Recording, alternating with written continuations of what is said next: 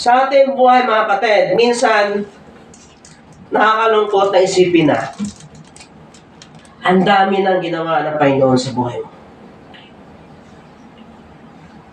Minsan nakalimutan natin na ang dami ng panalangin na sinagot ng Diyos para sa iyo. Minsan nakalimutan na natin na ang dami ng miracles na ginawa ng Panginoon para sa iyo.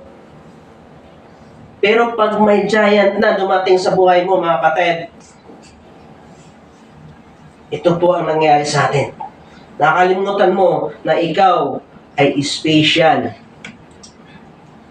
sa Panginoon. Jeremiah 1 verse 5, makita natin yan.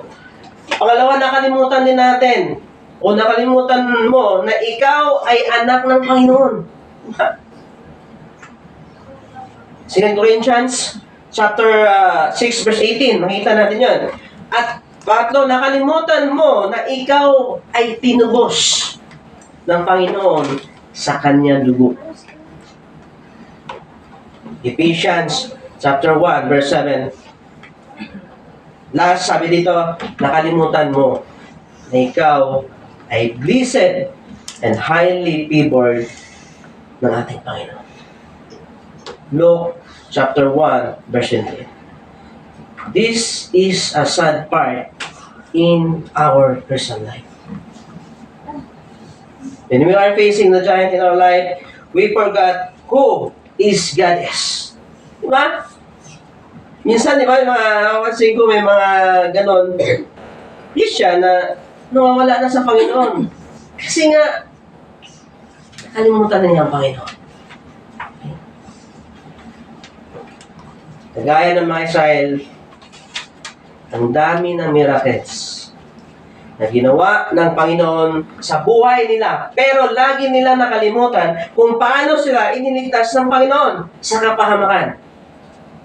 When Goliath challenged the Israelites, they ran away with fear from the giant. But David remembers whom he belonged to. Tumatakbo ang mga Israel dahil mas malaki nga daw si Goliath. Pero alam, okay? Alam ni David kung saan siya bilong. Sabi niya, ako po ay bilong sa aking Panginoong Diyos sa makapangyarihan. At wala po akong dapat ikabahala. Who is a circumcised giant that is mocking the armies of the living God?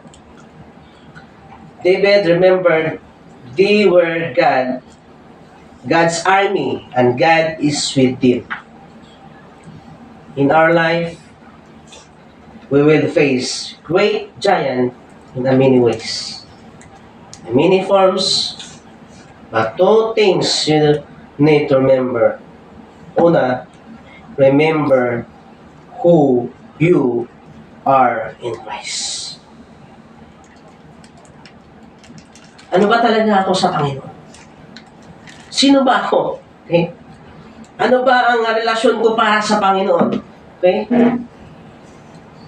Who you are. 1 Peter chapter 2 verse 9, the Bible says, tandaan natin ito mga kapatid, 1 Peter chapter 2 verse 9, sabi ng Bible, you are chosen, race, a royal priesthood, a holy nation, a people for God's own possession, so that you may be proclaim the excellence of Him who has called you out of darkness into His marvelous light. Amen. Napakaganda po ang sinabi sa Bible para sa atin. Ikaw ay anak ng Diyos, pinili ka. Ikaw ay royal priesthood. Kasi sabing royal, isang dugong maharlika. Royal. Diba? Holy nation, people for God's own possession, so that you may proclaim the excellence of Him who has called you out of darkness into His marvelous light. Inahon tayo Mula doon sa madilim na buhay natin, siya po ang liwanag sa atin.